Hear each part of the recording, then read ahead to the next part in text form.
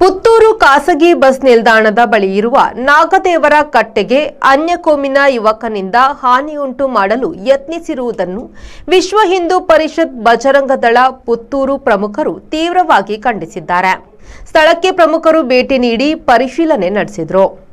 ಹಿಂದೂ ವಿರೋಧಿ ಶಕ್ತಿಗಳು ವಿನಾಕಾರಣ ಹಿಂದೂಗಳ ಆರಾಧನಾ ಸ್ಥಳಗಳಿಗೆ ಹಾನಿಯುಂಟು ಮಾಡುತ್ತಿರುವ ಘಟನೆಗಳು ಹೆಚ್ಚುತ್ತಿದ್ದು, ಇಂತಹ ಮನಸ್ಥಿತಿಯ ವ್ಯಕ್ತಿಗಳ ಬಗ್ಗೆ ಸರ್ಕಾರ ಹಾಗೂ ಪೊಲೀಸ್ ಇಲಾಖೆ ಸೂಕ್ತ ಕ್ರಮ ಕೈಗೊಳ್ಳಬೇಕು ಎಂದು ವಿಶ್ವ ಹಿಂದೂ ಪರಿಷತ್ ಬಜರಂಗ ದಳ ಪುತ್ತೂರು ಆಗ್ರಹಿಸಿತು.